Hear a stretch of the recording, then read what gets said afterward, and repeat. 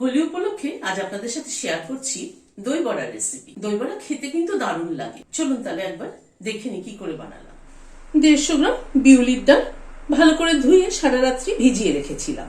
এবার একটা grinding jar নিলাম। গ্রাইন্ডিং জারের মধ্যে ডালটা দিয়ে দিচ্ছি। ডালটা পেস্ট করার সময় জলটা কিন্তু একটু বুঝে দিতে হবে। বেশি জল দিয়ে দিলে ডাল যদি পাতলা হয়ে যায় তাহলে কিন্তু বড়া করতে অসুবিধা হবে। এখানে মেজারিং কাপের 1 কাপ কিন্তু পুরো আমি জল নিইনি, 3/4 কাপ জল নিয়েছি। 3/4 কাপ যে জল নিয়েছি তার হাফ আমি এখানে ইউজ করলাম প্রথমে, তারপরে যদি লাগে আবার ইউজ করব। ডালটাকে পেস্ট করে নিচ্ছি। ডালটাকে পেস্ট করে নিলাম। এবার একটা বড় বাটিতে ঢেলে নিচ্ছি। ডালটা ফেটাতে হবে তো সেই জন্য একটুখানি সবসময় চেষ্টা করবেন একটুখানি বড় বাটিতে ঢেলে নিতে, যাতে ফেটাতে সুবিধে হয়। ডালটা পেস্ট করতে আমি যে জল নিয়েছিলাম তার থেকে কিন্তু এই যে 2 চামচ মতো জল বেঁচে গেছে। ডালের পেস্টটার মধ্যে নুন দিয়ে দিচ্ছি, আদা কুচি দিয়ে দিচ্ছি এখানে 1 চামচ, কাজু আর কিশমিশ ছোট ছোট করে কুচি করে নিয়েছি সেটা দিয়ে দিলাম। ডালের এই মিক্সচারটার মধ্যে আপনাদের পছন্দ মতো জিনিস দিতে পারেন, কেউ কাঁচা লঙ্কা কুচিও অ্যাড করতে পারেন যারা ঝাল খান। এইভাবে ডালটাকে কিন্তু ফেটিয়ে নেব এবং ফেটিয়ে নেব একই ডিরেকশনে কিন্তু ফেটাবো।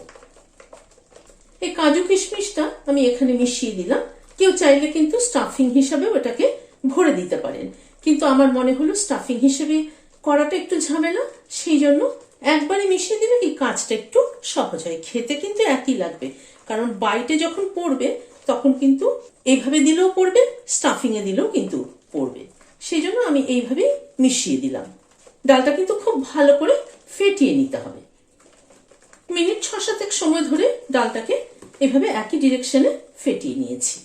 যত ভালো ফেটানো হবে বড়া কিন্তু তত ফ্লাফি হবে। একটা বাটির মধ্যে জল নিয়েছি, একটুখানি ব্যাটার ফেলে দেখছি ঠিক মতো ফেটানো হলো কিনা। একদম ঠিক মতো ফেটানো হয়েছে, উপরে কিন্তু ভেসে উঠেছে। কড়াইতে সাদা তেল বসিয়েছি, খুন্তির মধ্যে একটু সাদা তেল মাখিয়ে নিচ্ছি।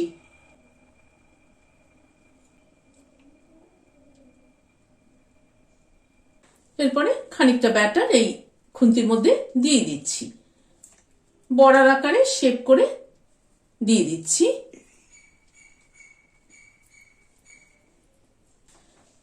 এবার এই বড়াটাকে দিয়ে দিচ্ছি তেলের মধ্যে।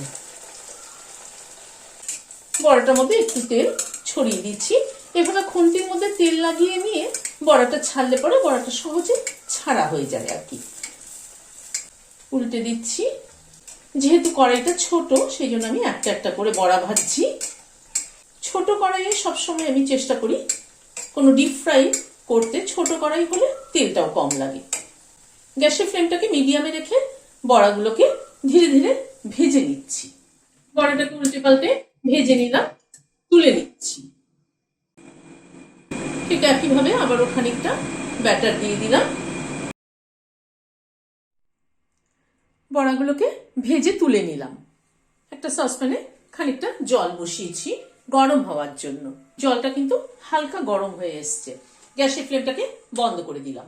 1/2 চামচ নুন দিলাম, 1/2 চামচ রোস্টেড জিরের গুঁড়ো দিলাম, 1 চামচ চাট মশলা দিলাম। সবকিছু দিয়ে জলটাকে একবার মিক্স করে নিচ্ছি।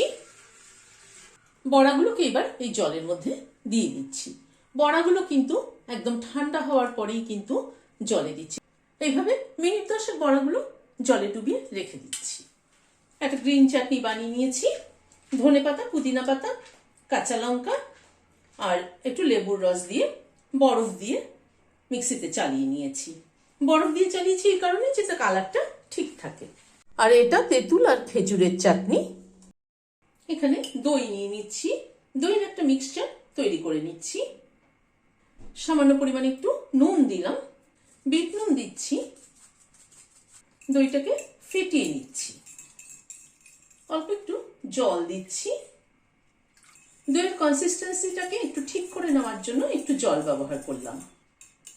বড়াগুলো মিনিট 10 মতো ডোবানো ছিল জলে, জলটাকে নিংড়ে নিচ্ছি। নিয়ে দইয়ের মধ্যে দিয়ে দিচ্ছি।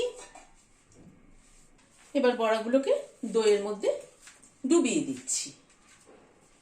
এভাবে মিনিট 10 দইয়ের মধ্যে বড়াগুলোকে ডুবিয়ে রাখছি। এবার দই বড়াগুলোকে সাজিয়ে নিচ্ছি। দইটা দিয়ে দিচ্ছি এর উপর দিয়ে। দই বড়াতে কিন্তু দইয়ের পরিমাণটা কিন্তু বেশ ভালো মতো একটু না দিলে পরে খেতে কিন্তু টেস্ট হয় না। ওপর দিয়ে গ্রিন চাটনি দিয়ে দিচ্ছি। খেজুরা তেঁতুলের চাটনিটাও দিয়ে দিচ্ছি। একটুখানি বিট নুন ছড়িয়ে দিচ্ছি। রোস্টেড জিরের গুঁড়ো দিয়ে দিচ্ছি। একটু আনার দানা ছড়িয়ে দিচ্ছি। সবশেষে একটু ঝুরি ভাজা ছড়িয়ে দিচ্ছি। তৈরি হয়ে গেল হোলি স্পেশাল দই বড়া। ভিডিওটা যদি ভালো লেগে থাকে তাহলে লাইক এবং সাবস্ক্রাইব করার অনুরোধ রইল। আজ তাহলে এখানে শেষ করছি। নমস্কার।